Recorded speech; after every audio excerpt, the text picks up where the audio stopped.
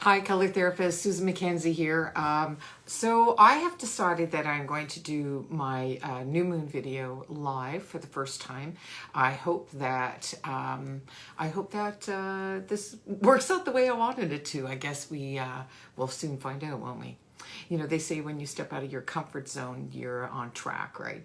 So here we are. We have arrived at the new moon in July. Welcome. I'm sorry I've had another little bit of a hiatus, but I am back here and I'm here to give you some messages for the bottles that I had actually posted. And I can see you can't actually see them right now.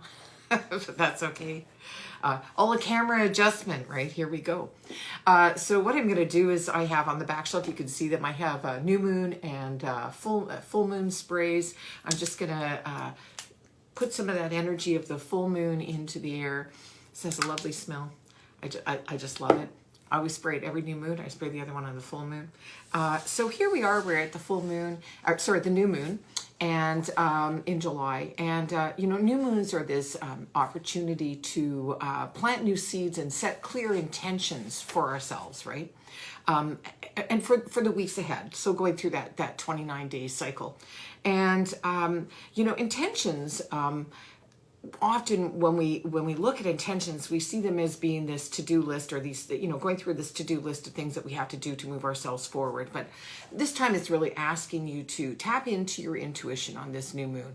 And when I say that, it is, you know, tapping into that intuition is maybe just spending a couple of minutes, maybe closing your eyes, taking a couple of deep breaths, and just thinking to yourself, what do I need at this time? Right? It's not always about doing something to move yourself forward, like setting an intention for your goal, business, or, you know, for your yoga practice, or for, you know, your to-do list that, you know, seems to be ever growing for many people, right? But this is really about you. This full moon is about you and setting the intention for yourself, and really figuring out what it is that you need at this time. It's really an invitation for us to go within, right? And just to really see what it feels like to feel at home within ourselves, at home within our soul, right? What does that feel like for you? And take the time and energy to really get to know what that feels like, right? We're also being asked to develop a new awareness over this new moon. This is a really great energy, I think, right now. And it's time to establish this new relationship with our vulnerability. And, you know, I would really, it's so interesting that these bottles are picked. And I tell people that I pick the bottles ahead of time. I think it's really interesting that these are the two bottles. And one of them I actually picked. I picked one of these bottles last year on the July new moon. I thought that was kind of interesting because I always check back. And, you know, we're being presented with opportunities to deepen our emotional self-awareness, and, you know, to really understand our emotions. That's, you know, I think it's important that we make an effort to understand our emotions rather than just to react. And that's why I love color so much, because color can, when we tap into color, what it does is it can help us to actually decipher those emotions and release what we have, right? And unless, of course, you know, you're in that space of pure, utter, you know, love, joy, and peace, right? But it's about us giving space for our emotions, and, you know, letting them flow and releasing judgment on them, and just to have the emotion and accept the emotion for what it actually is. And, you know, sort of like, you know, rationalizing emotions are fine, but, you know, we just really need to let go of the story and the story that's around that emotion, right? And then once we actually let go of the story and the drama of it all, we can then actually just release the emotion in many ways, right? And just understand that it is the experience that we're supposed to have. So right now is this time for us to really sort of mother ourselves, and, you know, just finding better balance in our lives. I picked a moon mantra card. I just love these cards. That's the back of the card. I just love them, and I thought it was just so timely. And I picked this just before I did. I came onto the live, and the card that I think is going to be backwards if I show it to you, but I will read it. And it does say, "I have the power to change my life for the better." I'm pretty sure that's backwards, but I do apologize. And, you know, the reality is we do. We all have the ability to change our lives for the better. It's that those emotions and the drama that we stay stuck in that keeps us from going into those places. So here are the two bottles. Again, I think they're a little bit back, but if you saw the original post, yeah, it's a camera adjustment thing. Me and my technology, but here they are. I don't know if you can see them, but I will be showing them to you anyway. So the first bottle I'm going to talk about is this bottle right here. So this bottle is number 16, and it is olive over lilac. And it's a really lovely bottle, and it reminds me of another bottle, which is in the system, which is G22, which is Mastery. But this bottle is actually called the Tower. And so the Tower, many people know the Tower from tarot cards and stuff, but that's really what it's about. And so the meaning of the Tower are that throughout our lives, we have many Tower moments, right? Some of them are bigger, some of them are smaller, but there are Tower moments. Often for people, it could be a death of a loved one, or and that brings on all sorts of things like grief and whatnot. It can be people lose their jobs. Sometimes it's just financial struggles, and the list could go on and on. We all know what Tower moments are for ourselves, and what we need to understand about the Tower moments in our life is that the Tower moments really are a time for us to embrace change and for us to move forward. As the Tower, picture the Tower crumbling down, and then we take out of the rubble from that Tower things that are going to be a foundation for us to move forward, right? And so it's really about building a stronger foundation. And often when we're stuck, we will actually go into Tower moments because it's just the universe just kind of pushing us along our path. But here we are. We have olive in the top part of the bottle here. And this is this real strong feminine power, right? It's about, hope and that. I don't think I need to describe what feminine power is. It's very different than masculine power, but feminine power sits right on the top. And I think it's about this understanding that we understand what feminine power is and that it is all within us, male and female, right? And so it sits there, and I love the color olive. I think it offers, it reminds me of the springtime and hope and new things sprouting, right? And that's what a lovely thing for us to have as we're going into this space where we want to set intentions, right? And, but it rests on top of lilac, which is our spirit. So it's almost like this empowering our spirit, right? So Tower moments, as I said, happen all the time. I think Deepak Chopra said, we always live in a state of constant chaos. We just lead ourselves to believe that we're not. And then when something happens, we go, oh my God, what's happening? How is that actually possible? That, we have this Tower moment. Like how really is that possible? But it is possible because it's happening all the time, right? And like I said earlier, sometimes Tower moments happen when we're stuck and unhappy, and it's just kind of like a kick from the universe for us to actually move forward, right? And it's really about us freeing ourselves from old beliefs and patterns that keep us stuck and stop us from moving forward and living our most authentic selves, right? And what we need to understand when we have these Tower moments is there is so much more waiting for us on the other side. And, if we could just let go of that stuff, because it's just stuff, it frees us from those old patterns and beliefs and that we've put in place. And we've really put those patterns and beliefs in place. And these are things that don't move us forward. So releasing them is a really wonderful thing. And hopefully we can bring ourselves to a place to understand that that's what they are. And all Tower moments are like that for people, whatever they are, however big or small they are, right?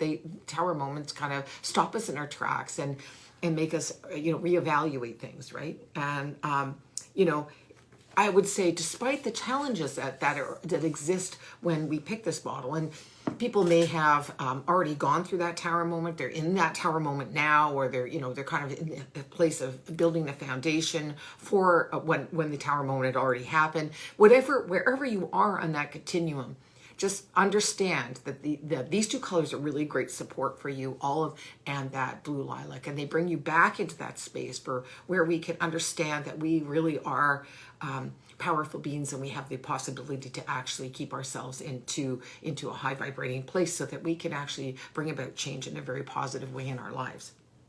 And then we have the second bottle here.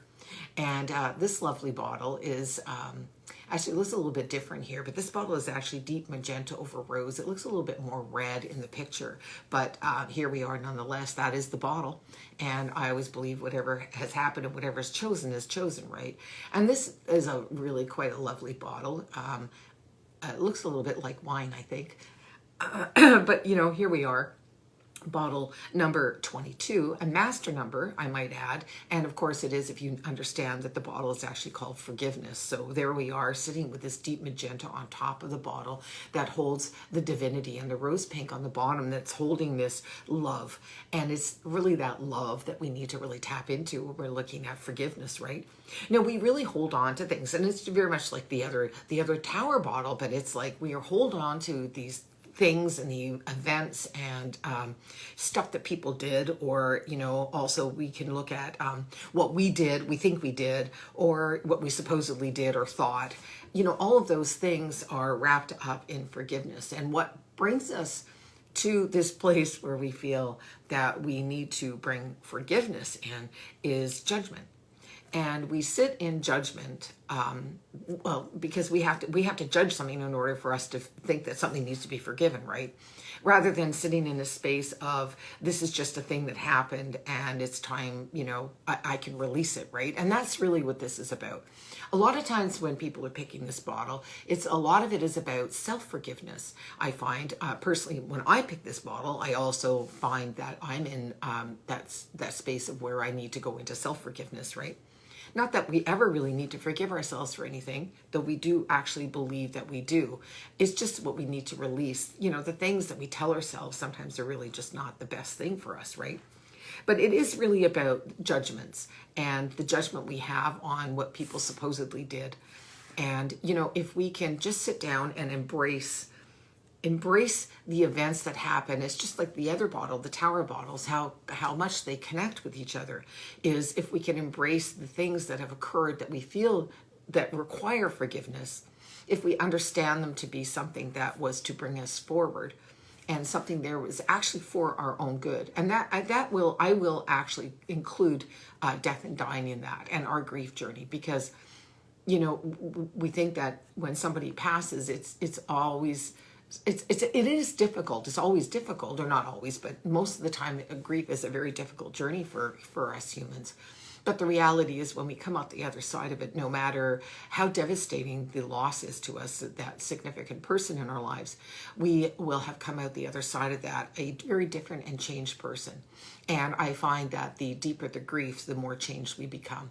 And we become, we go into that space where we understand that to hold on to these things that we feel that are unforgivable really are not unforgivable. And if we can release them, they actually keep us, they will move us forward and stop us from feeling stuck where we are, right? And I would encourage you all to, really look at that and think about, and if you're not in that space, then think about the things that you do feel that you can't, people or events or whatever that you can't yourself, but you feel like you can't forgive yourself for, and just to really understand that these events, people, places, things are all there for us to develop mastery in our lives. Like the number 22 says, it's all about mastery. And this bottle being number 22, and it being a bottle which I find is very emotional, because it's talking about, that connection to the divine and about forgiveness, which is really connected very much to emotion, right? It really helps us go into that space of, just letting it go. How can we move forward, right?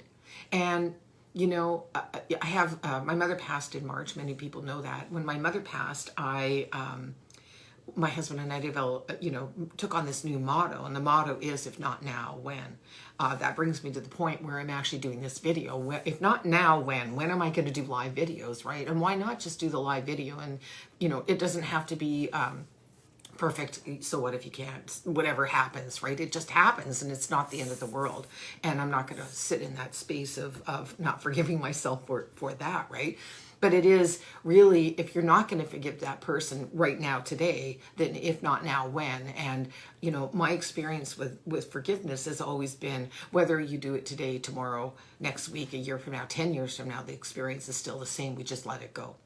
And so I would encourage you to go through those things that you feel that are unforgivable, or the things that you want to forgive, and just let it go, because it will move you forward a lot faster. And if not now, when?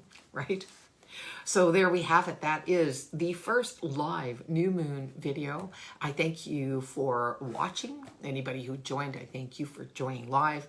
And let me know what you think. If you like the live videos, because they are a little bit different. They're a little bit less, you know, a few special effects in there and whatnot.